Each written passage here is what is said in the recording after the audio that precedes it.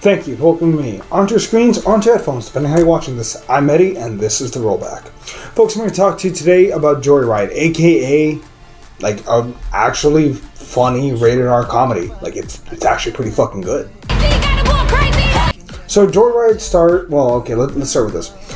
So Lolo and Audrey have been best friends since they were kids, right? Both Chinese, which that becomes a thing.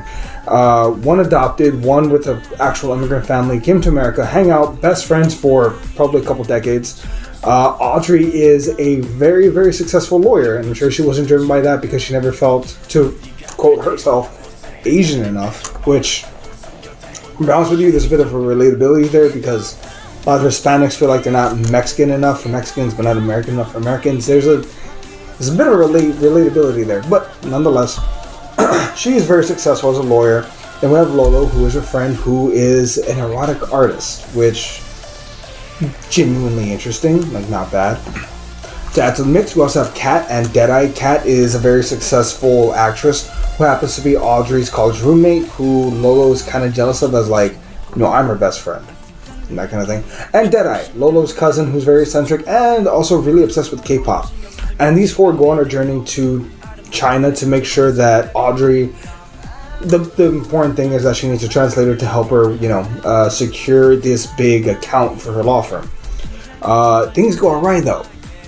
Turns out while she's there, she ends up looking up her mother because she wants to take her to this party to try and get the business, but it turns out she kind of always wanted to go on the journey. Lolo's encouraging her. Kat and Deadeye are along for the ride. Deadeye was supposed to get dropped off, and shenanigans ensue. There's a great drug sequence, which is actually kind of fucking hilarious, on the train. This movie is... It's a hard R. It's a hard rated R. Like, there's shit in here you could never get away with. But it's also very funny and somehow heartfelt. There's a lot of chemistry between the four leads. In particular, I want to shout out Miss Sherry Cola. I think that's her name. Fucking hilarious actress. To me, that probably the highlight of the film, just because she's so out of the way, but she's also so comfortable with herself. Like, she's fucking funny. And she's portrayed as kind of like the fuck-up friend, which I guess most comedians are probably used to it, so maybe that's why, because it's like, oh, you're a comedian? What a terrible, career until you star into a multi-million-dollar film. But yeah, this movie is genuinely funny all the way through. It's a hard R. Do not watch it with anyone that you can get embarrassed around. Don't watch it with your parents. Don't watch it with your kids. But Joyride is actually a fun movie to watch. Not just a good movie to put in the background, but a funny movie to view with friends, to drink, to have fun with. Because you like these four. You like these characters.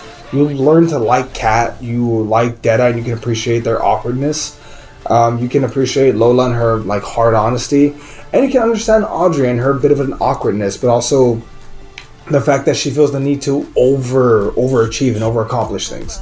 They even make it a joke in the movie that the reason why she's so overaccomplished is because she has a fierce need to prove herself, because again, she's not Asian enough, and then she's also not American enough, which again, that's bullshit, but nonetheless, those are the traits that we have to work with here. So much so that this film, genuinely, it ended with a hilarious funny tattoo scenes / like piercing scenes. It's a great movie all the way through, from beginning to end, and everything in between. Solid, fucking rock solid. For me, it's a B+, and genuinely, I would want to watch this film again. Like, it's that good. I hope they do a sequel. The movie seemingly was financially successful, so hopefully they'll do a sequel. Maybe of them traveling, because they kind of already set it up, because the first one took place in China and then also went to Korea. Hopefully they do a sequel in Paris, because Kat got engaged during the movie, and then maybe like it'll be like the bridal party and everything goes to shit there. I think it could be fun. This could be the new Hangover trilogy. But like I said, it's genuinely funny, and I can't help but encourage you more and more. Please go watch it. It's solid.